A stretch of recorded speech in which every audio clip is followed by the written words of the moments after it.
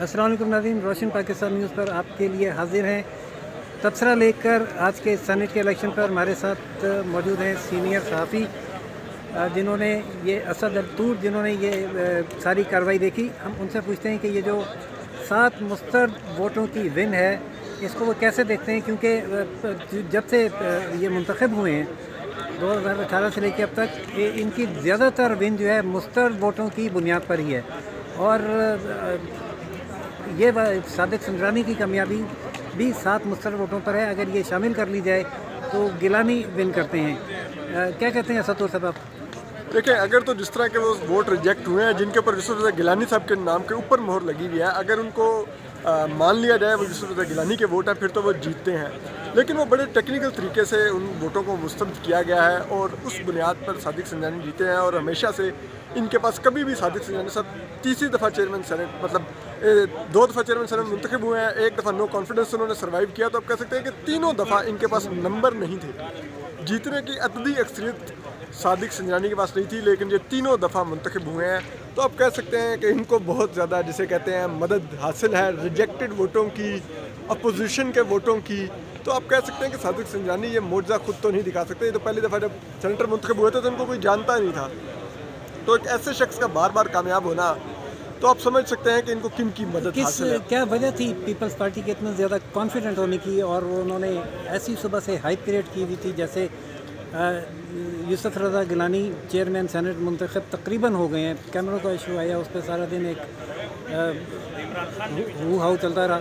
دیکھیں، Peoples party کا جو تھا، اگر دیکھا جائے عددی اکثریت کے لحاظ سے، تو پیپلز پارٹی کی بات ٹھیک تھی، کیونکہ ان کے پاس 51-52 لوگوں کی اکثریت تھی، 5 ووٹوں کی ان کو واضح طور پہ برتری تھی صادق سنجرانی کے اوپر۔ لیکن جو ان کا اعتماد تھا وہ تھوڑا ہمارے لیے حیران کن تھا، کیونکہ واضح نظر آ رہا تھا کہ اسٹیبلشمنٹ اس الیکشن میں انٹرونشن کر رہی تھی۔ مریم نواز ٹویٹ کر رہی تھی، میاں نواز شریف نے ویڈیو بیان جاری کیا، شاہد خاقان عباسی نے پریس کانفرنس کر کے آن ریکارڈ کہا کہ ISI کے افسران ہمارے سینیٹرز کو فون کر رہے ہیں۔ تو جب اتنی واضح انٹرونشن تھی، اتنی بلیٹنٹ انٹرونشن تھی، صبح پھر کیمرے بھی برآمد ہو گئے تو ایک اور بھونڈی کوشش سامنے آ گئی، تو اس کے بعد پیپلز پارٹی کے اعتماد کی کوئی سمجھ نہیں آ رہی تھی کہ وہ کیا وجہ تھی، لیکن بہرحال وہ پورے اعتماد تھے اور اعتماد کا نتیجہ اب انہوں نے دیکھ لیا ہے۔ مطلب اس اعتماد کو ہم دیکھیں کہ ووٹ تو ان کے پورے میجورٹی نکلے ہیں، لیکن اگر وہ 7 ریجیکٹ نہ ہوتے تو وہ ون ان کی ہی تھی۔ تو یہ 7 ریجیکٹ ہوئے، اس کو ان کے ریجیکشن کو آپ کیسے دیکھتے ہیں؟ کیا یہ واقعی مسترد شدہ ووٹ تصور ہوتے ہیں یا یہ آگے جائیں گے، اپیل میں جائیں گے؟ دیکھیں، یہ تو اب جو پریزائڈنگ افسر تھے انہوں نے جو رولنگ دی، انہوں نے کہا کہ اگر آپ میری رولنگ سے مطمئن نہیں ہے تو آپ اس کو الیکشن ٹریبیونل میں چیلنج کر سکتے ہیں۔ تو پیپلز پارٹی نے اندیا تو دیا ہے کہ وہ الیکشن ٹریبیونل میں جائے گی، اور جو وہ ہیں PDM وہ بھی آف کورس اگر یہ آن بورڈ ہوگی تو سب لوگ جائیں گے الیکشن ٹریبیونل میں، کیونکہ رولز یہ کہتے ہیں، جو آئین ہے وہ تو نہیں کہتا ایسا کچھ کہ یہ مہر کہاں پہ لگی ہوگی، لیکن جو رولز ہیں بقول جو پریزائڈنگ افسر کے جو رولز آئین کے تحت بنے ہوئے ہیں ان کے تحت یہ مہر اس کھانے کے اندر ہی لگنی چاہیے۔ تو اگر وہ اس کھانے کے اندر نہیں لگی تو پھر اس کی بنیاد پر ریجیکٹ کیا ہے۔ تو اب دیکھیں یہ جو ٹریبیونل ہوگا الیکشن کمیشن کا، وہ اس کے اوپر کیا اپنا مائنڈ دیتا ہے اور وہ کیا فیصلہ دیتا ہے۔ جی ہاں، وہ فاروق اقناعی کا کہنا تھا کہ ہے تو خانے کے اندر ہی، نام پہ آئی ہے سامنے، اس سے فرق نہیں پڑتا، انٹینشن کلیئر ہے۔ بہرحال انہوں نے اس کو ریجیکٹ کیا ہے۔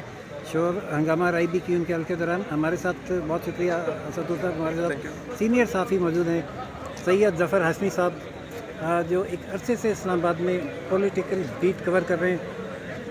ہاشمی صاحب، یہ ایک عجیب کھیل چلا ہوا ہے کہ دونوں ایوانوں میں جو ہے اکثریت ہار جاتی ہے اور اقلیت جیت جاتی ہے، کیا یہی جمہوریت ہے؟ دیکھیں، جمہوریت تو آپ اس کو بالکل کہہ سکتے ہیں، اور جب سے یہ الیکشن ہوئے ہیں اور جو ان الیکشن کے نتائج کے بعد کی جو صورتحال ہے اس میں ایک ضمیر کے ووٹ کا بڑا ذکر ہے۔ بات اگر ضمیر کی آپ دیکھیں تو آپ یہ کہہ سکتے ہیں کہ یہی جمہوریت ہے، لیکن آپ ذرا اس ساری صورتحال کا تسلسل اگر دیکھیں کہ قومی اسمبلی میں بھی وہ ہارے جن کے پاس اکثریت تھی، اور پھر سینٹ میں بھی وہ ہارے جن کے پاس اکثریت تھی۔ مجھے تو یہ ساری چیز مینج نظر آ رہی ہے، اور میں اب یہ وثوق سے کہہ سکتا ہوں کہ جو یہ کہتے تھے کہ ہاتھ اٹھا لیا گیا ہے PTI پہ سے، مجھے وہ ہاتھ اٹھتا ہوا دکھائی نہیں دیا۔ یعنی دونوں دست شفقت موجود ہے. دست شفقت موجود ہے. دونوں پارٹیوں کو مطمئن کر دیا گیا ہے. ایک کے ساتھ طے یہ ہوا کہ آپ اسلام آباد کی جنرل نشست جو ہے وہ لے لیں, اور دوسرے کے ساتھ طے یہ ہوا کہ آپ سینٹ کی چیئرمین شپ لے لیں.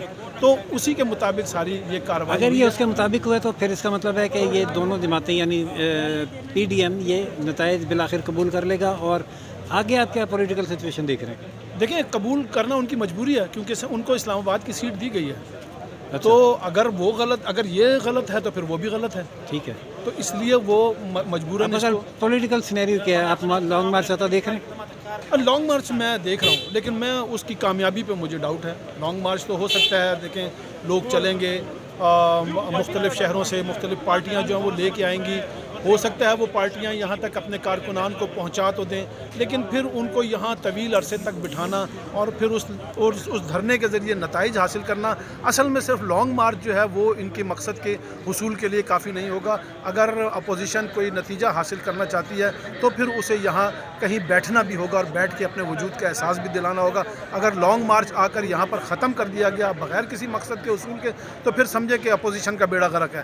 پھر وہ دوبارہ ایسی کسی تحریک کو جنم نہیں دے سکیں گے, اور پھر وہ حکومت کے لیے ایک بہت اچھا ماحول ہوگا اور اس کو ایک کھلا گراؤنڈ ملے گا. آج جو سیاسی ماہرین تبصرہ کر رہے تھے وہ بھی یہی کر رہے تھے کہ اگر یوسف رضا گیلانی الیکشن جیتے ہیں چیئرمین سینٹ کا تو پھر تو حکومت کا چل چلاؤ نظر آتا ہے, لیکن اگر وہ نہیں جیتتے تو پھر یہ حکومت سٹیبل ہے اور ابھی چلے گی اور اپنی مدت پوری کرے گی وہ.